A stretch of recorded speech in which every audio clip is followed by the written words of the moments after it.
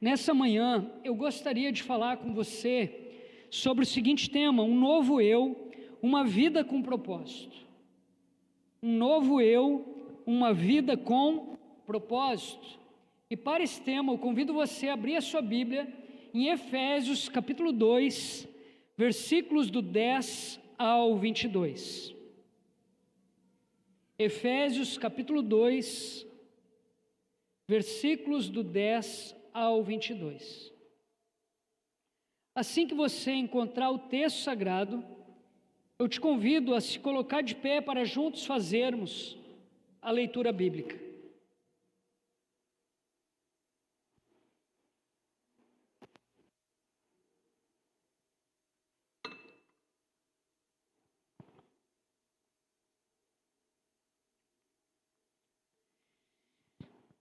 Diz assim a boa palavra do Senhor: portanto, lembre-se de que de antemão, anteriormente vocês eram gentios por nascimento, e chamados incircuncisão, pelos que chamavam circuncisão, feita no corpo por mãos humanas, e que naquela época vocês estavam sem Cristo, separados da comunidade de Israel, sendo estrangeiros quando as alianças da promessa, sem esperança e sem Deus no mundo. Mas agora, em Cristo Jesus, vocês que antes estavam longe, foram aproximados mediante o sangue de Cristo, pois Ele é a nossa paz, o qual de ambos fez um e destruiu a barreira, o muro da inimizade, anulando em seu corpo a lei dos mandamentos expressa em ordenanças. O objetivo dele era criar em si mesmo, dos dois, um novo homem, fazendo a paz, e reconciliar com Deus os dois em um corpo, por meio da cruz, pela qual ele destruiu a inimizade. Ele veio e anunciou paz a vocês que estavam longe e paz aos que estavam perto, pois por meio dele, tanto nós como vocês têm acesso ao Pai, por um só Espírito. Portanto, vocês já não são estrangeiros nem forasteiros, mas concidadãos dos santos e membros da família de Deus, edificados sobre o fundamento dos apóstolos e dos profetas, tendo Jesus Cristo como pedra angular, no qual todo edifício é ajustado e cresce para tornar-se um santuário santo no Senhor. Nele vocês também estão sendo edificados juntos, para se tornarem morada de Deus por seu Espírito. Até aqui, e que o bom Deus nos abençoe com a sua palavra. Podem se assentar. A Convenção Batista Brasileira lançou o seu tema de 2022 com o seguinte título: Busquemos paz com misericórdia. Só busca paz com misericórdia quem nasceu de novo. Só busca paz com misericórdia o verdadeiro cristão. A partir daí eu comecei uma série aqui na igreja chamada Um Novo Eu. Esta série ela tem 3 mensagens. A primeira mensagem eu preguei domingo passado pela manhã e teve como título Quem eu era antes de Cristo. Nós vamos ver Paulo dizendo que antes de Cristo nós estávamos mortos. Antes de Cristo nós éramos conhecidos como filhos da desobediência. Antes de Cristo nós estávamos condenados. E eu concluí a mensagem dizendo que todo santo tem um passado e todo pecador tem um futuro. A segunda mensagem dessa série, eu preguei domingo passado à noite, e eu falei sobre um novo eu, a obra de Cristo por mim, a obra de Cristo por você, e nós vimos que Deus nos amou, e o seu amor por nós é inexplicável, o seu amor por nós é imensurável, o seu amor por nós é espontâneo, ninguém obrigou Deus a amar você. Ele decidiu te amar. Não há nada que você faça que seja capaz de comprar esse amor, porque Deus decidiu amar você na eternidade. Deus, Ele nos amou, como também Deus, Ele nos ressuscitou, Ele nos arrancou da sepultura, e Ele nos lavou com seu sangue. Logo hoje nós não cheiramos mais a morte, mas hoje nós exalamos o bom perfume de Cristo. Deus, Ele nos amou, Deus, Ele nos ressuscitou, como também Deus nos guardou. Em Cristo nós estamos seguros, e nada vai nos separar do amor de Deus, nada e nem ninguém. E hoje pela manhã, então, eu gostaria de falar com você sobre este tema, uma vida com propósito. E eu gostaria de começar aqui com uma ilustração. Conta-se uma história sobre um arquiteto inglês que fez o projeto de algumas catedrais da Inglaterra. Um dia, ao visitar a área onde estavam construindo uma, ele encontrou 3 homens trabalhando na escavação. "O que vocês estão fazendo?" ele perguntou. "Eu estou apenas retirando entulhos", replicou um deles com azedume. "Eu estou cavando uma vala de alicerce", reclamou o segundo homem. Mas o terceiro homem respondeu com orgulho: "Eu estou ajudando a construir uma grande catedral." Na tua perspectiva de mundo, hoje você está retirando entulhos? Hoje você está cavando valas? Ou hoje você está construindo uma catedral? Você analisa os acontecimentos de forma isolada? Ou você analisa os acontecimentos como um todo, com o todo que Deus está fazendo?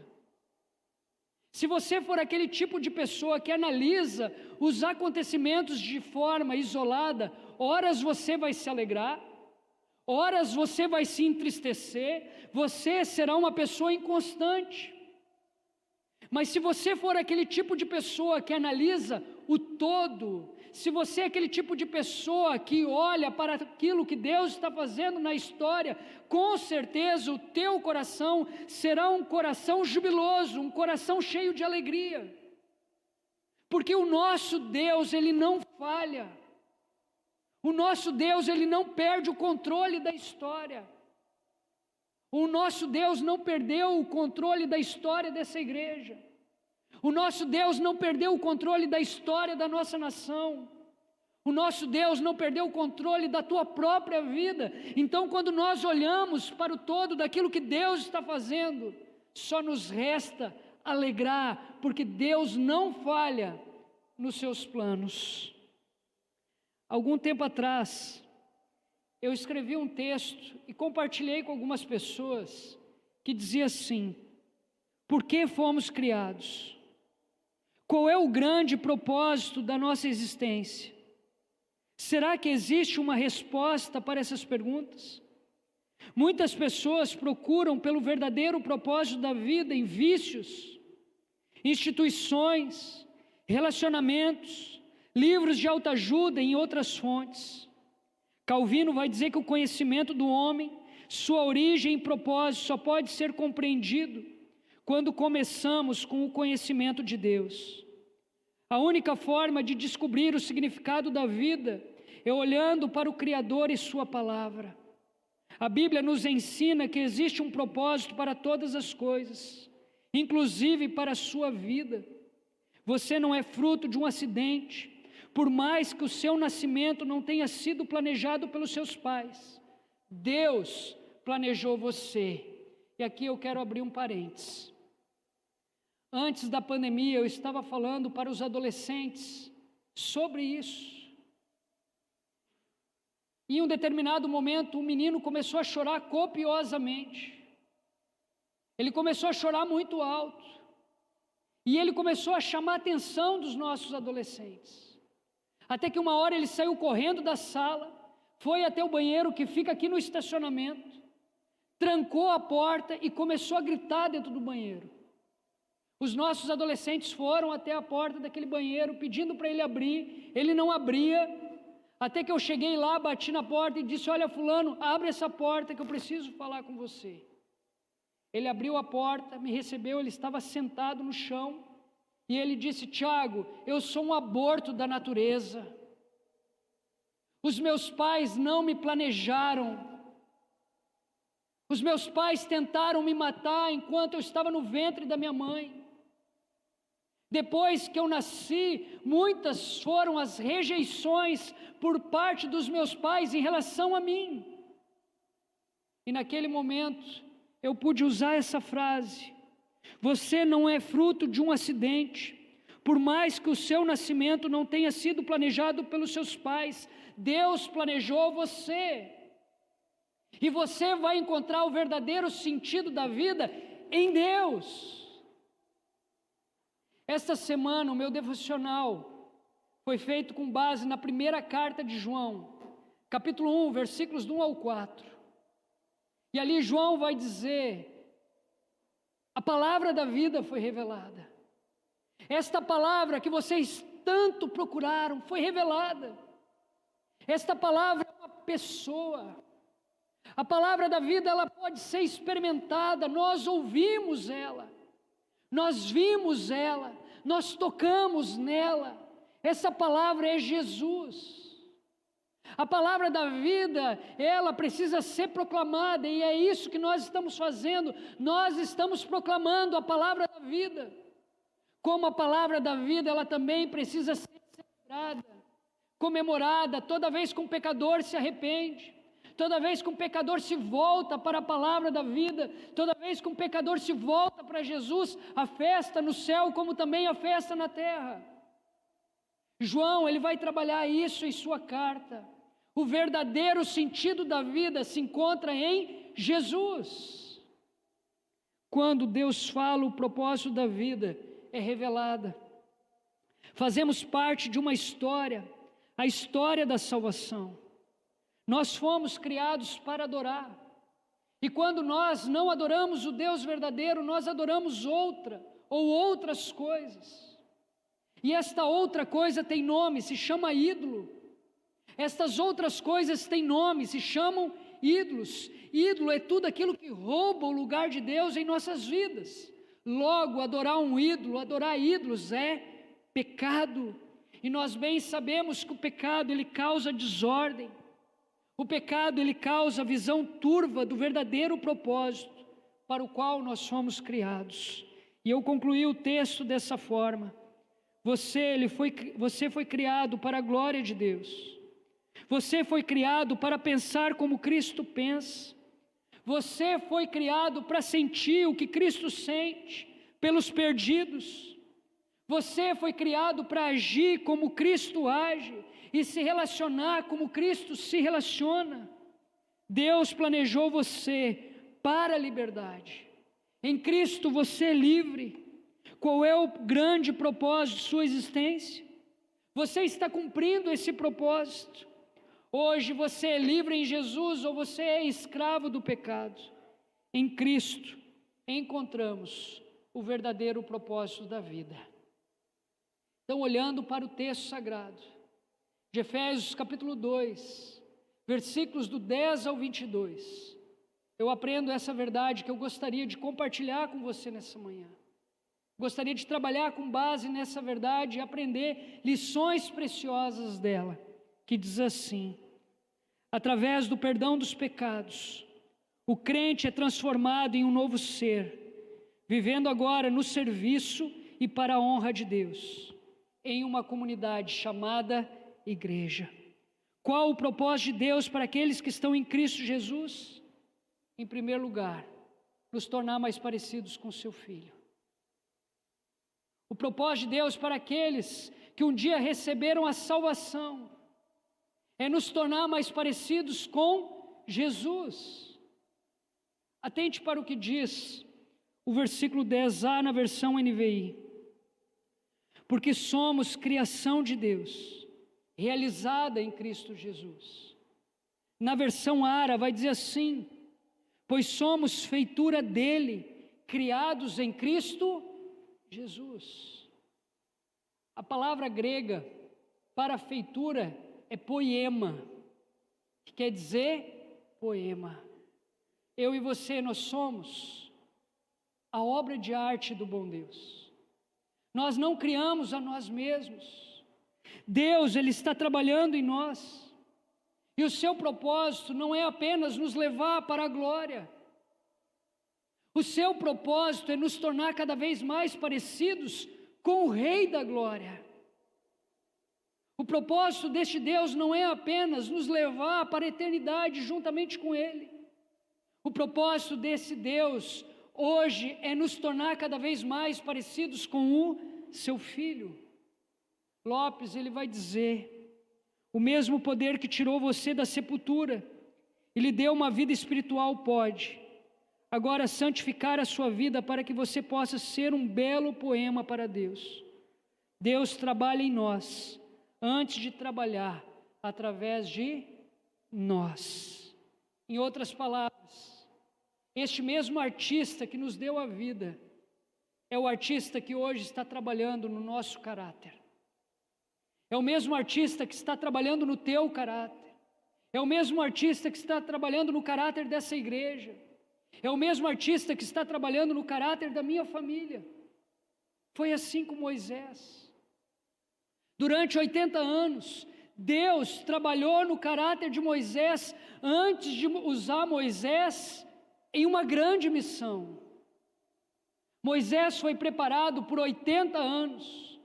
E a sua missão durou 40 anos.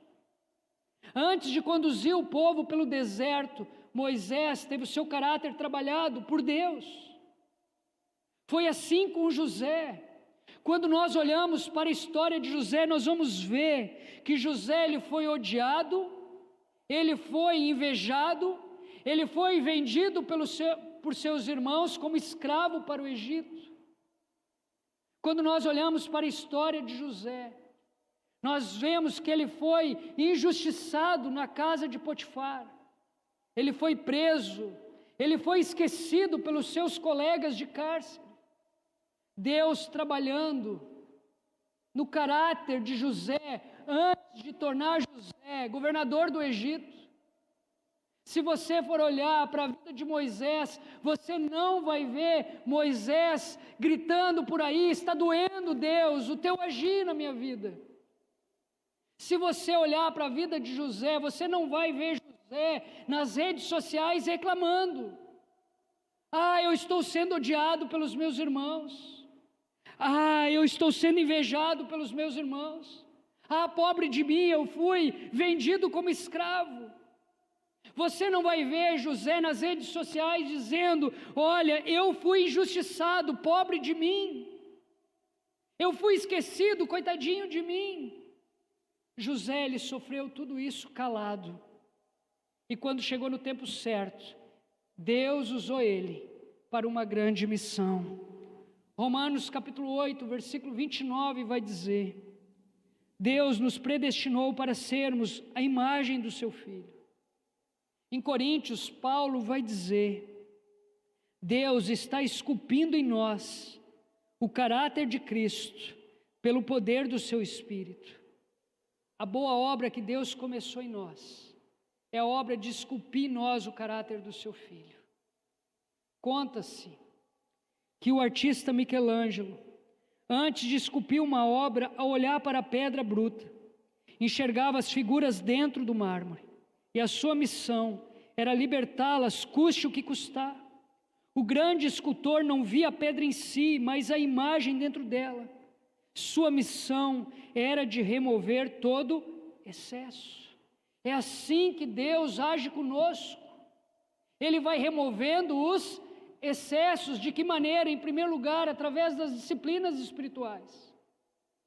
Toda vez que eu oro mais parecido com Cristo, eu me torno. Toda vez que eu leio a palavra mais parecido com Cristo, eu me torno. É dessa forma que Deus vai esculpindo em nós o caráter de Cristo. Ele vai removendo o excesso. De que maneira? Através das disciplinas espirituais, como também através das provações. Tiago, no capítulo 1 da sua carta, ele vai dizer que a provação nunca é para a nossa morte. O deserto nunca é para a nossa morte. A provação serve para testar a nossa fé. A provação serve para nos levar a um amadurecimento, a um crescimento. A provação serve para nos mostrar que existe um Deus que não nos abandonou ao caos. Existe um Deus ativo na criação. Existe um Deus ativo trabalhando na minha vida, na tua vida. A provação, ela serve para glorificar o nome do Senhor. É para isso que serve a provação, para remover os excessos. Através do perdão dos pecados, o crente é transformado em um novo ser, vivendo agora no serviço e para a honra de Deus, em uma comunidade chamada igreja. Qual o propósito de Deus para aqueles que estão em Cristo?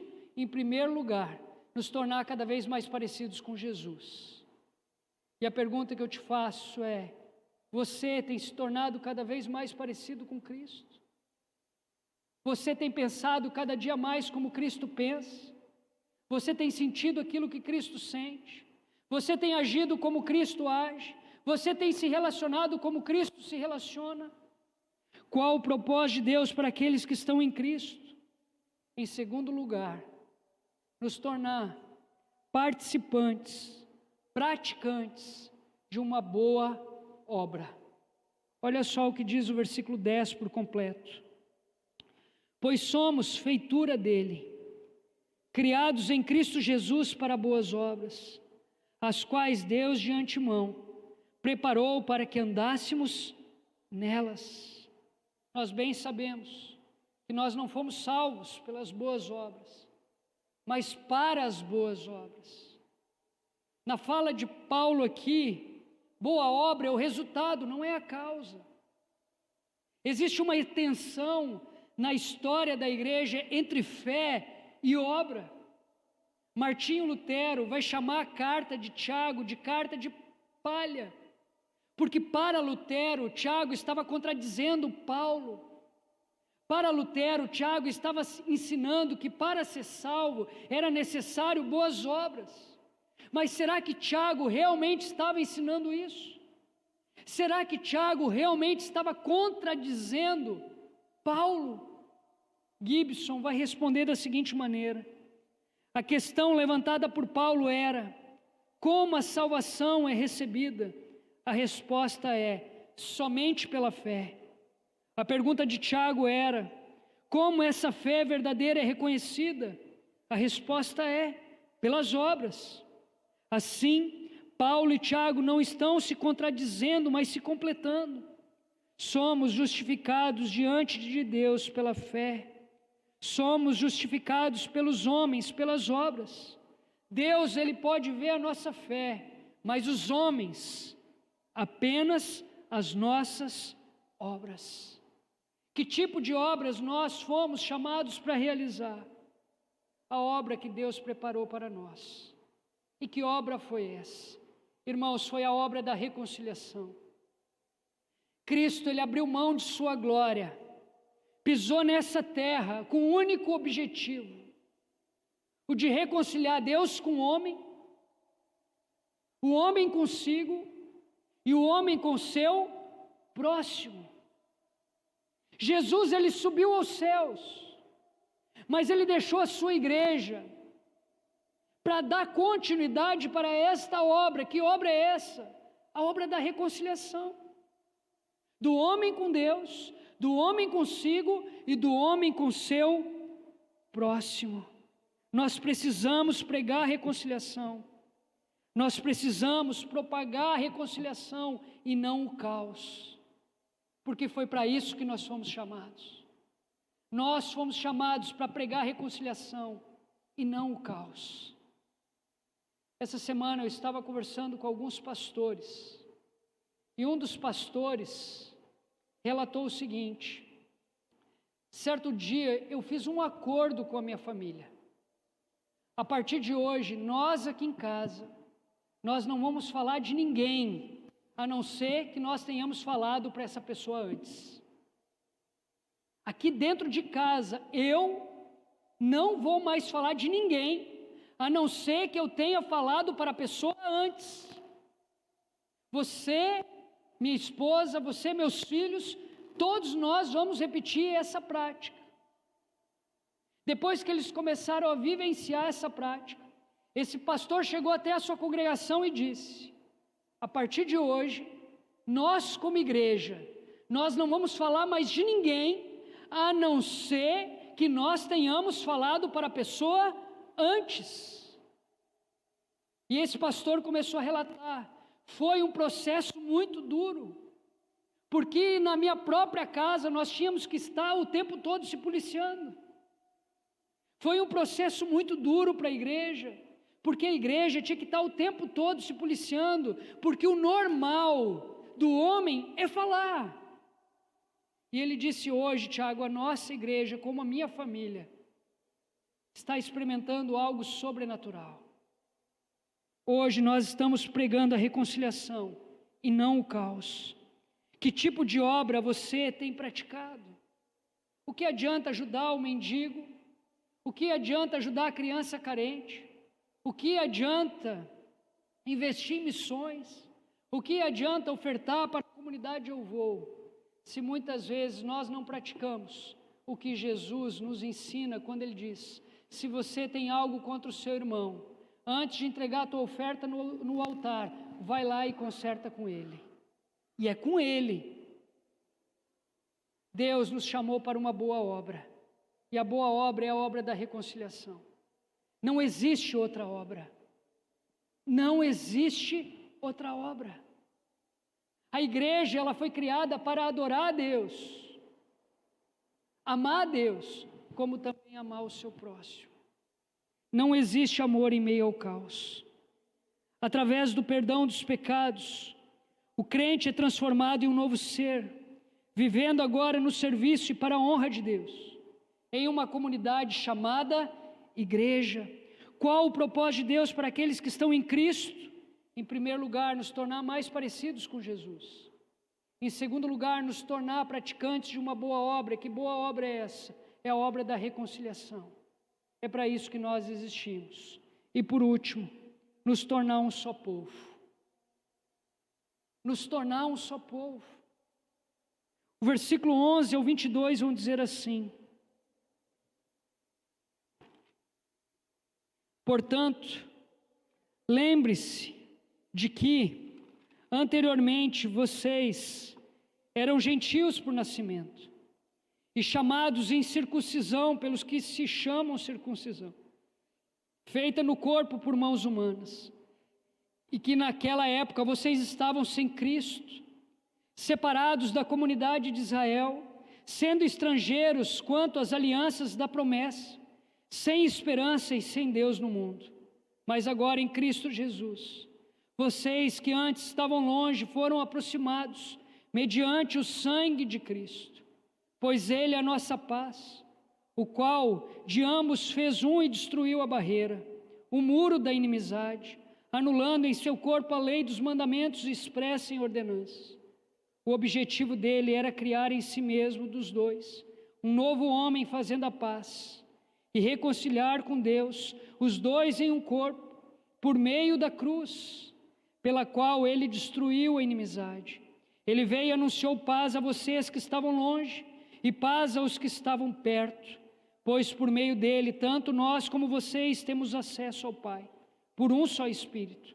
Portanto, vocês já não são estrangeiros nem forasteiros, mas concidadãos dos santos e membros da família de Deus, edificados sobre o fundamento dos apóstolos e dos profetas, tendo Jesus Cristo como pedra angular, no qual todo edifício é ajustado e cresce para tornar-se um santuário santo no Senhor.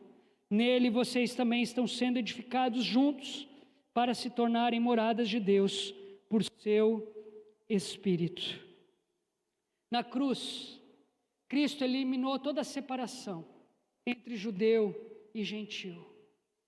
Irmãos, o nosso Deus é um Deus que agrega. O nosso Deus é um Deus que junta. O nosso Deus não é um Deus que espalha. O nosso Deus não é um Deus que exclui. O nosso Deus não é um Deus que afasta. Em Cristo está nascendo uma só igreja, diz Paulo. Em Cristo está nascendo um só tempo, um só corpo, formado de pessoas imperfeitas, mas que nasceram de novo, independentemente da raça, tribo, língua, nação, idade, status. Nós fazemos parte de um corpo composto de pessoas diferentes, de pessoas que jamais trocariam um olhar, de pessoas que jamais trocariam uma palavra, de pessoas que jamais trocariam um cumprimento, de pessoas que jamais frequentariam o mesmo ambiente. O que nos liga aqui não é um partido político. Este ano nós bem sabemos que vai existir uma guerra na área da política, aliás, já está existindo. Mas o que nos une aqui não é uma bandeira política, porque o nosso reino não é daqui. O que nos une não é um time de futebol. O que nos une é algo sobrenatural. O que nos une é Cristo. O que nos une é Jesus. Eu e você fazemos parte de uma história chamada a história da salvação. Nós fomos chamados para causar, nós fomos chamados para fazer a diferença, nós fomos chamados para fazer algo neste mundo que jaz do maligno. E a diferença que nós vamos fazer é amarmos uns aos outros, é amarmos a Deus, pois somente dessa forma nós temos condição de amar os de fora. Nós somos o povo de Deus, nós somos a noiva de Cristo. Eu e você somos a noiva de Cristo. Cristo ama a sua noiva. Eu quero concluir essa mensagem fazendo uma pergunta para você. Até que ponto você se sente participante desse povo? Até que ponto você se sente participante desse corpo? Até que ponto você se sente participante da igreja de Jesus? Um novo eu, uma vida com propósito. Através do perdão dos pecados, o crente é transformado em um novo ser humano, vivendo agora no serviço e para a honra de Deus, em uma comunidade chamada igreja. Qual o propósito de Deus para aqueles que estão em Cristo? Em primeiro lugar, nos tornar mais parecidos com Jesus. Em segundo lugar, nos tornar praticantes de uma boa obra. Em terceiro lugar, nos tornar um só povo. Nos tornar um só povo. Unidos, nós somos mais fortes. Unidos, nós somos mais fortes. Pierre, pode vir até a frente, traga aqui para mim, faz favor.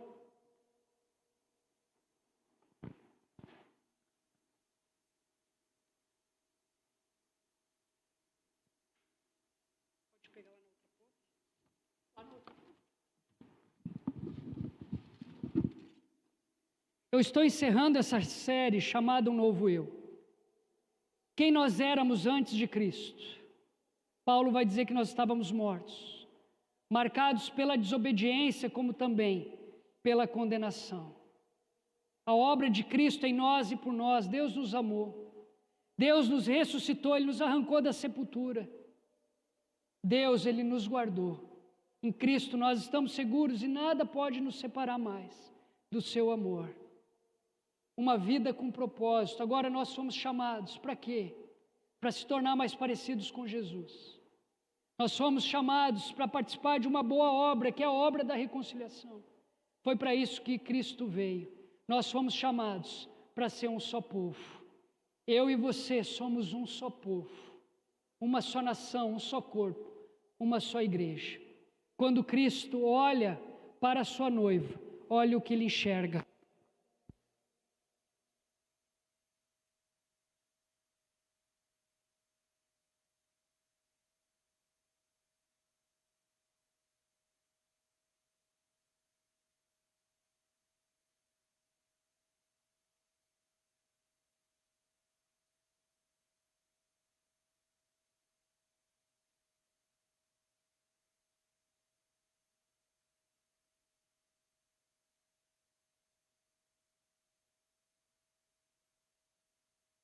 Ele nos ama. Ele ama a sua igreja. E nós fomos chamados para amar a igreja de Jesus. Eu amo a igreja de Jesus. É isso que Cristo nos enxerga quando Ele olha para a sua igreja. Ele enxerga nós, remidos e lavados pelo seu sangue.